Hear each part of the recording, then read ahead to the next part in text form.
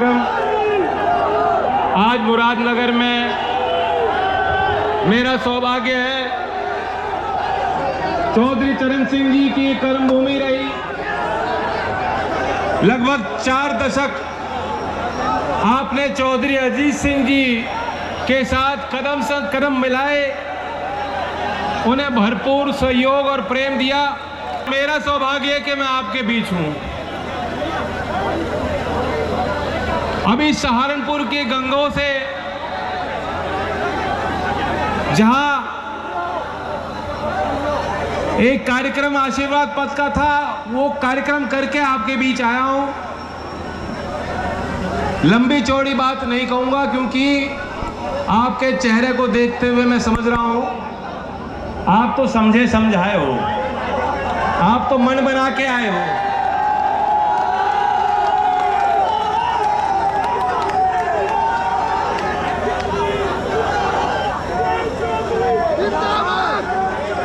मैं आपका आशीर्वाद इसलिए लेने आया हूं कि आने वाले दिन हमारे लिए और आपके लिए चुनौतीपूर्ण होंगे।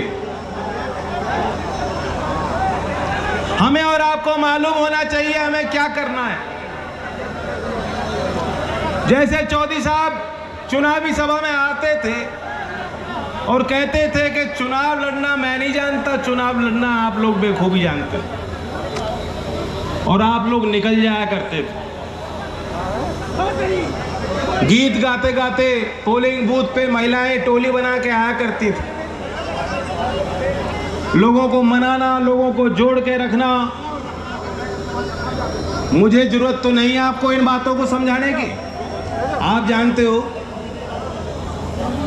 बस अपने पुराने अंदाज में लौट आओ, अपनी भूली हुई ताकत को पहचान लो। अभी सहारनपुर मैंने एक बात कही जो यहां भी इस धरती पे मैं दोहराना चाहता हूं, क्योंकि कभी कभी अति उत्साह में आकर हमारे लोग ही गलती कर लेते हैं। यह बहुत बड़ा व्यापक मंच है, कमेरे वर्ग के लिए, किसान के लिए, गरीब के लिए, मजदूर के लिए। मैं जानता हूं कि आज के इस समय में हर जाति का व्यक्ति बैठे बैठे सोचता है कि मेरे जाति का आदमी नेता बनना चाहिए, लेकिन समाज सबसे है, सबके सहयोग और साथ से बनता है। हमारी ताकत भी यही है, सामने वाले हमें बांटेंगे। मैं जानता हूं कि जिस जाति से मैं आता हूं, आप में कुछ भाई ये सोचेंगे बेहद प्यार और लगाव के साथ कि जयंत को आगे बढ़ाना है, लेकिन चौधरी चरण सिंह जी ने हमें सबक सिखाया था। हमें याद रखना है, नेता वो बन पाता है जो भागीदारी की बात करेगा, सबको सम्मान दिलाने की लड़ाई लड़ेगा, सामाजिक न्याय की लिए सड़कों पे संघर्ष करेगा, वो तो नेता बनता है। वरना हम सिमट के अपनी अपनी जाति को पकड़ के चलेंगे तो किसान की बात कौन करेगा, मजदूर की बात कौन करेगा, गरीब की वकालत कौन कर पाएगा। तो इसलिए आप सब भी अपने दायरे को बढ़ाओ। राष्ट्रीय लोकदल आप सब की पार्टी है, यह आपका मंच है, इसे आगे बढ़ाइए। यही मेरे लिए सबसे बड़ा आशीर्वाद होगा, हमारे जीत का मंत्र होगा। मैं ये भी कहना चाहता हूं कि आशीर्वाद मैं क्यों ले रहा हूं, राजनीतिक व्यवस्था में मैं क्यों आया हूं। मैं क्यों चाहता हूं कि आज का युवा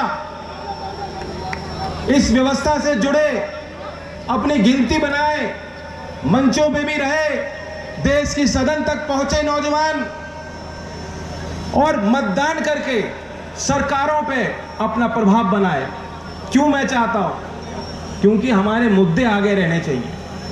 मैं आपसे पूछना चाहता हूं, आपने कई चुनाव देखे, कभी आपने ऐसा भी देखा कि चुनाव अभी 5-6 महीने दूर है, उम्मीदवार की कोई चर्चा नहीं है, कौन उम्मीदवार होगा मैंने तो किसी को नहीं कह रखा, लेकिन हम मैनिफेस्टो की बात कर रहे हैं, अपना घोषणा पत्र तैयार कर रहे हैं, मुद्दों की बात कर रहे हैं। कभी ऐसे चुनाव में किसी भी पार्टी ने चुनाव के 6 महीने पहले घोषणा पत्र को जारी करने की पहल ली है? नहीं करी, क्योंकि वो चाहते हैं कि मुद्दों पे आपका ध्यान जाए ही नहीं। लेकिन अगर विकासवादी सोच को हम आगे नहीं बढ़ाएंगे, अपने असल मुद्दों को नहीं पहचानेंगे, तो वही हो जाएगा। चुनाव के समय जो होता है, आपके बीच लोग आएंगे, कहेंगे साहब ये तो तालिबान आ गया अफगानिस्तान में, योगी जी मुकाबला कर सकते हैं। मैं पूछना चाहता हूं योगी जी, भारतीय जनता पार्टी के जो वकील आपके बीच में आएंगे उनसे कह देना, हमारी नजर में तालिबानी तो वो है जो किसान को रौंद के चले जाते हैं।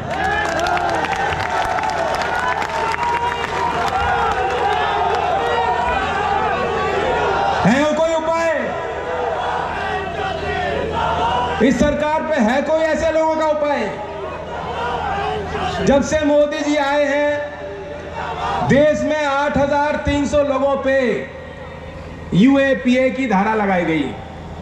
यूपी का एक हमारा भाई मध्य प्रदेश में जाके चूरी बेचने का काम कर रहा था, उसको भी घेर लिया, पकड़ लिया, उसको भी यूएपीए में बंद कर दिया। उस पर भी इल्जाम लगा दिया कि इसके तो आतंकवादियों से तार मिल रही है। जब आप दिल्ली ट्रैक्टर लेके गए थे, घर घर किसानों पर नोटिस भिजवा दिए थे, उस समय भी पुलिस धमकी दे रही थी कि यूएपीए की कार्रवाई किसानों के विरुद्ध होगी। यानी गरीब आदमी पे तो सख्त से सख्त कानून गरीब के लिए बने हैं। जेल में डाल दिया जाएगा, कब उनकी कोर्ट में सुनवाई होगी, कब उनकी तारीख लगेगी, क्या उन्हें न्याय मिल पाएगा? मुझे ज्यादा भरोसा उस व्यवस्था पे नहीं, जितना था वो उठने लगा धीमे धीमे।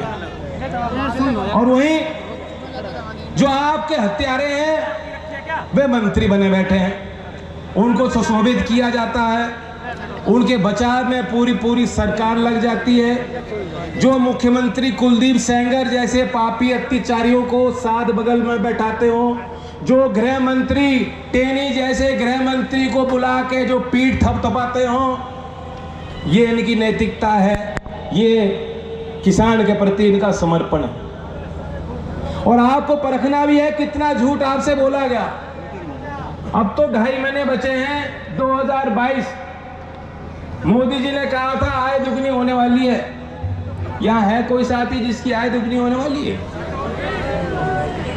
चुनावी वर्ष था, आंदोलन इतना बड़ा चल रहा है, हम सब ने सोचा सरकार पे दबाव होगा, गन्ने का रेट जो बढ़ाया नहीं इतने वर्षों से, कुछ ना कुछ तो फालतू ही देंगे। फालतू क्या दिया गया? जितना हरियाणा दे रही है, पंजाब दे रही है, उससे मुकाबला भी नहीं कर पाए।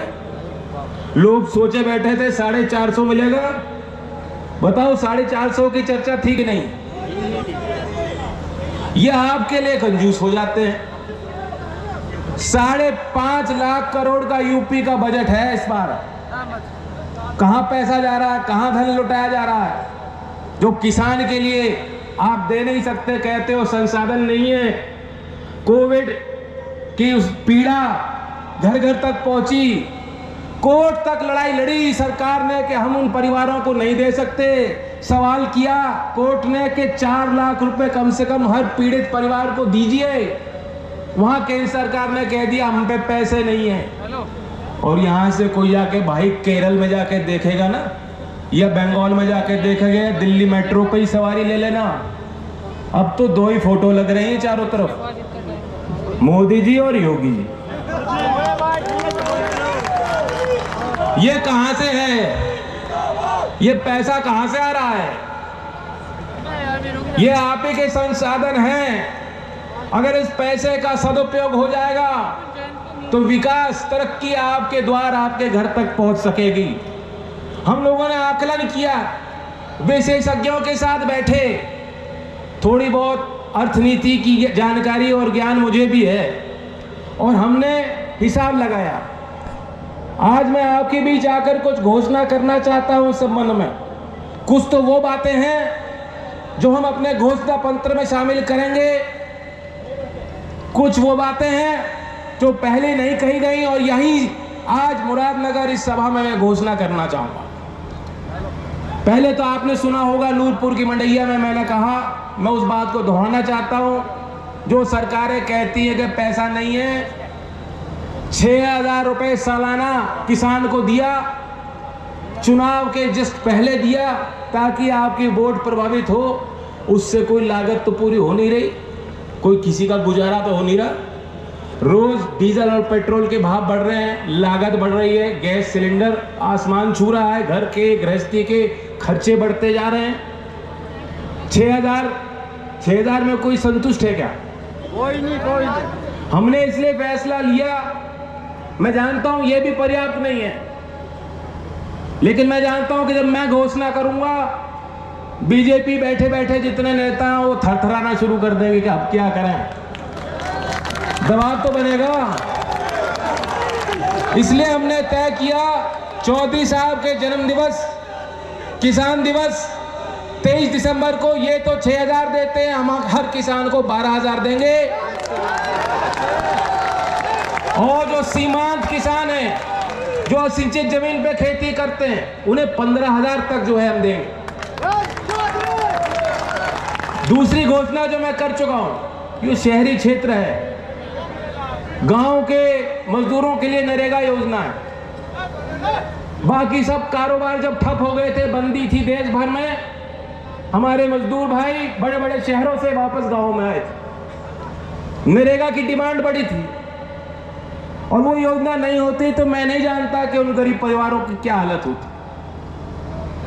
हमने माना है इस बात को कि सीधा आर्थिक सहयोग करने की जरूरत है, और इसलिए वह व्यक्ति जो अंतिम छोर पे खड़ा है, वह मजदूर जो शहरी क्षेत्रों में, जिसकी मेहनत पर ही बड़ी बड़ी इमारतें खड़ी हुई हैं, बड़े बड़े शहर विकसित हुए हैं, हम चाहते हैं उसके श्रम का भी सम्मान होना चाहिए। इसलिए माननीय काशीराम जी के नाम से, उनकी स्मृति में, शहरी क्षेत्र में मजदूरी करे हमारे भाइयों के लिए भी हम नरेगा के तर्ज पर नई योजना लाएंगे।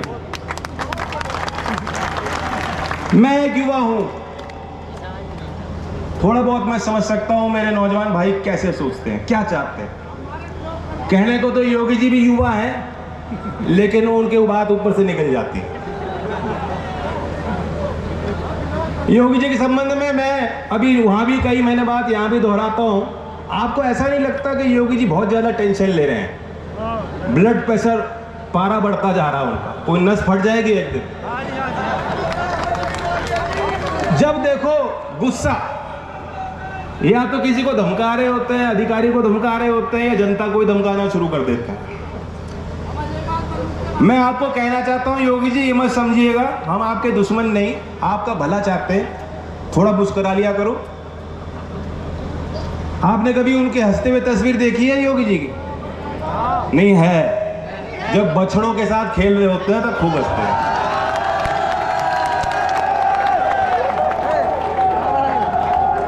तो मैं तो चाहता हूं योगी जी को मुक्ति दें।